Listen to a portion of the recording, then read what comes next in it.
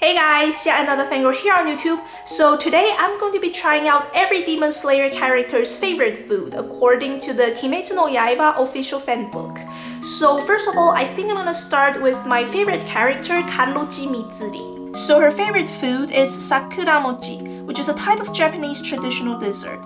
Her hair also turned color because she ate too much Sakura mochi, which is just super adorable. I love her so much. So it's actually made of real sticky rice grains. You can't see it here, but the filling is red bean paste, and it's wrapped in cherry blossom leaf. So here is the Sakura mochi.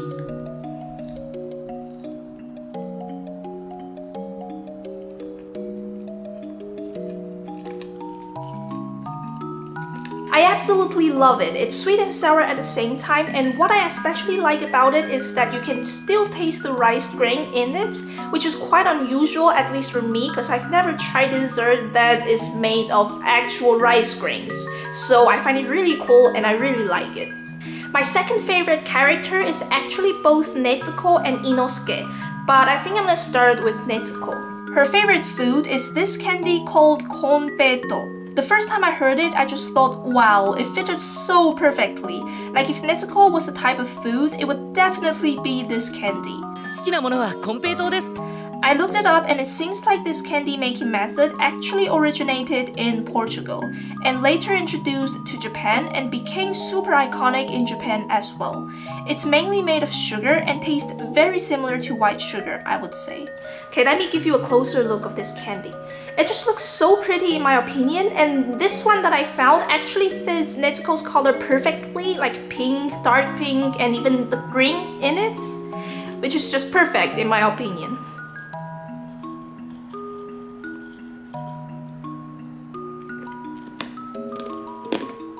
So for me, this is actually a taste of childhood because this type of candy is from Japan, but it was also very common in Taiwan. And it has been one of my favorite candies as a kid, and even as an adult, it still tastes pretty good for me. So next one on the list, we have Inosuke. Now Inosuke's favorite food is tempura. I don't think the author actually specified which type of tempura, so I just bought a mixed one. And if you didn't know, it's a type of Japanese fried dish that most commonly consists of shrimps and other vegetables. So finally, we have something savory.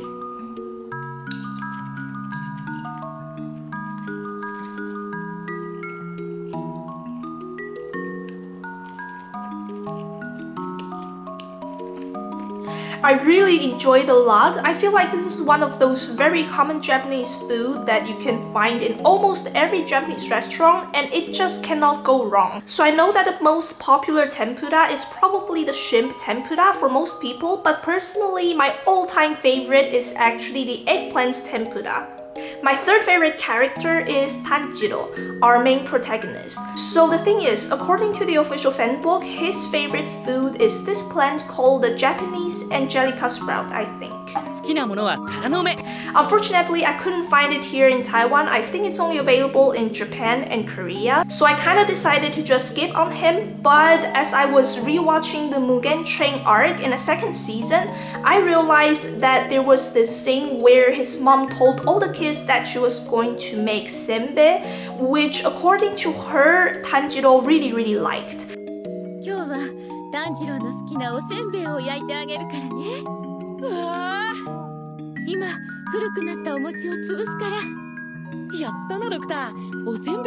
So I thought, why not just do this one instead?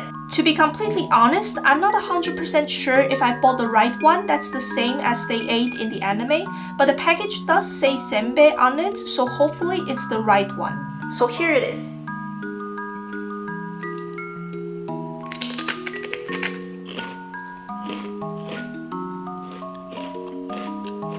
I actually haven't had one of these in a really long time, and this definitely tastes a lot better than I remembered. I think I've grown to love this slightly sweetened soy sauce taste, and yeah, I do really like it. So after Tanjiro, I don't really have any other preferences, but I figured since we just did Tanjiro, we might as well move on to Kanao. For her, it's actually a type of drink called the Ramune soda, which is very special because inside each bottle there will be a tiny marble bowl in it.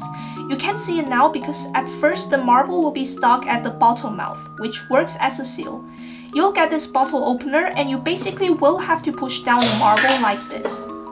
And as you can see, as the marble is out of the way, inside the bottle itself is opened. Can you see the marble in the drink? It's super cool. So I forgot to bring a straw, so I'm just going to pour it into a cup.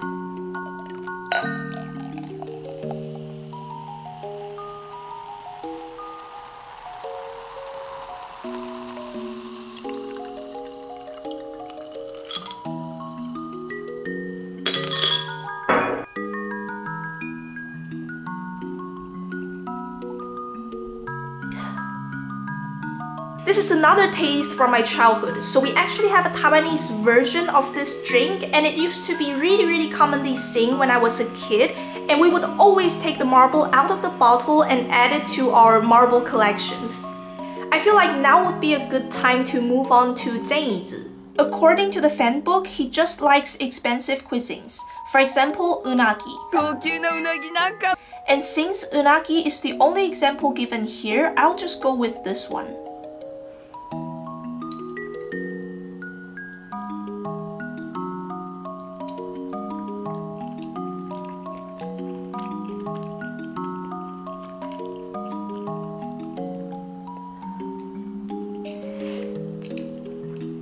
I want to say it is above average. It's definitely nowhere near the best unagi I've ever had in my life, which by the way was in Kyoto. But the thing about unagi is that it really bothers me when there are just way too many fish bones, and it makes it really difficult to eat. So since this one doesn't have this problem and the taste is also really good, I would say it's above average for sure. Next, I'm gonna do Tomioka Giyuu. Now this one is actually a bit trickier because his favorite food is a home cooking dish called simmered salmon with daikon, or shake daikon in Japanese. And since it's more of a home cooking, it's difficult to find in Japanese restaurants in Taiwan, which is why I needed to make it myself.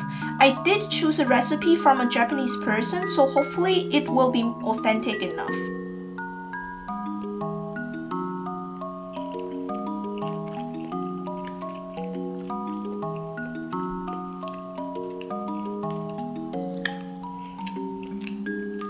I really like how the daikon has absorbed the taste of salmon. It sort of becomes stronger in the aftertaste, and the salmon itself is also really good. I think the two ingredients goes really well together. Next is the flame hashira. His favorite is the sweet potato miso soup, another home cooking dish that is not available in any Japanese restaurants I personally know. So again, I followed the recipe from the same Japanese person that made the shake daikon and cooked the soup myself. By the way, I also bought all of the ingredients from a Japanese supermarket to try to make it as authentic as possible. I actually didn't know you could put sweet potato in miso soup, so I'm quite excited to see how it tastes like.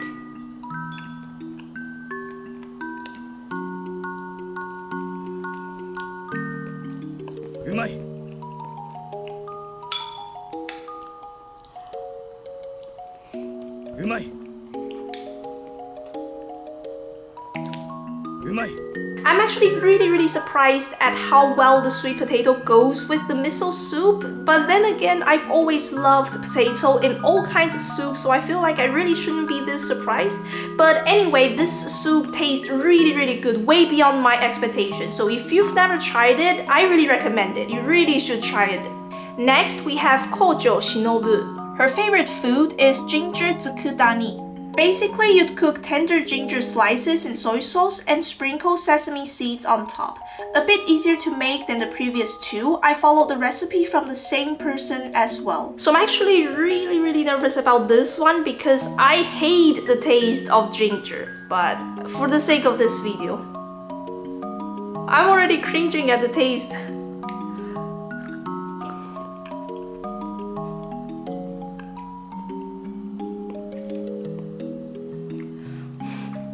So I don't like it, but it really wasn't as bad as I thought it would, which was really surprising to me. So when the ginger was cooked with the soy sauce, a lot of the strong taste of ginger was kind of taken away.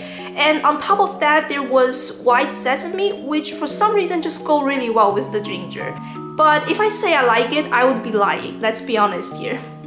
Moving on to Stone Hashira. His favorite food is mixed fried rice. Since it's the only one that's not actually Japanese food but Chinese food, I didn't buy it in a Japanese restaurant, but just a food stand that I personally know that makes really good fried rice. I suppose that would be the most authentic. So here it is.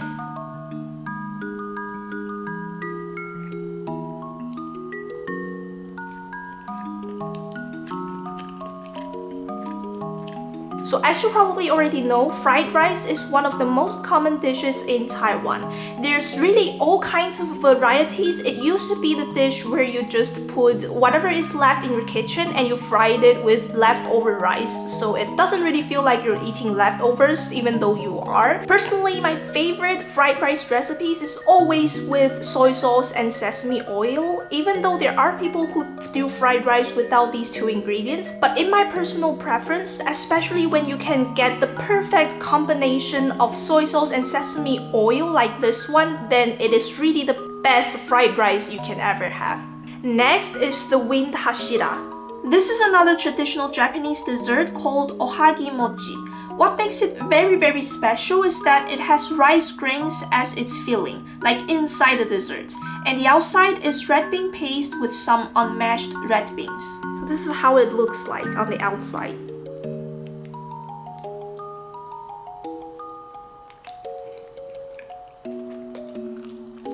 So for me, this is kind of like Sakura mochi inside out. So Sakura mochi is sticky rice grains on the outside and red bean paste on the inside, but this one is red bean paste on the outside and sticky rice grains on the inside.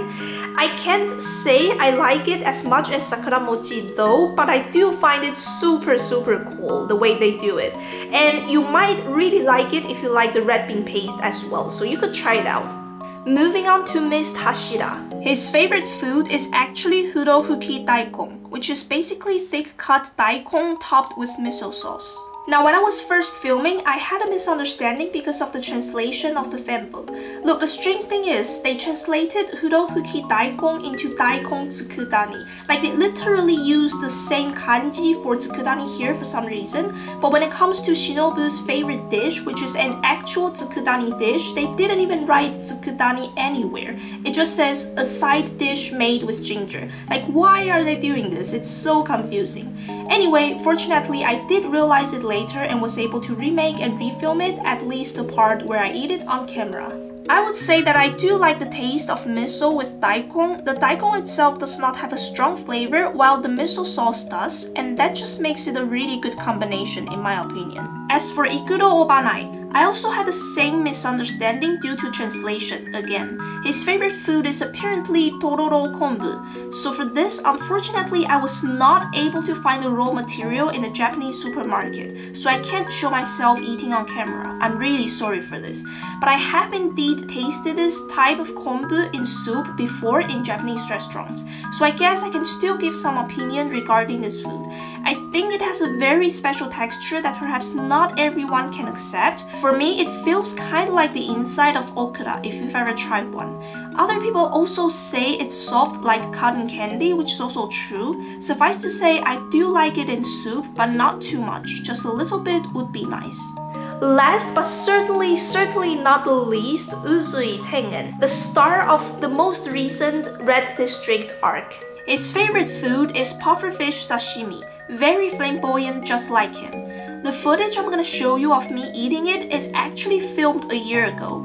I eventually decided to refilm everything this year, but only this pufferfish sashimi was no longer available. That's why I decided to still show the older footage for this. So this is actually the most expensive out of every one of the dish I've had today. Even more expensive than Zenizu's Unagi, which would be in the second place. So I kinda had high expectations for it. However, I do have to say that I was a bit disappointed, honestly. I was not as impressed as I thought I would.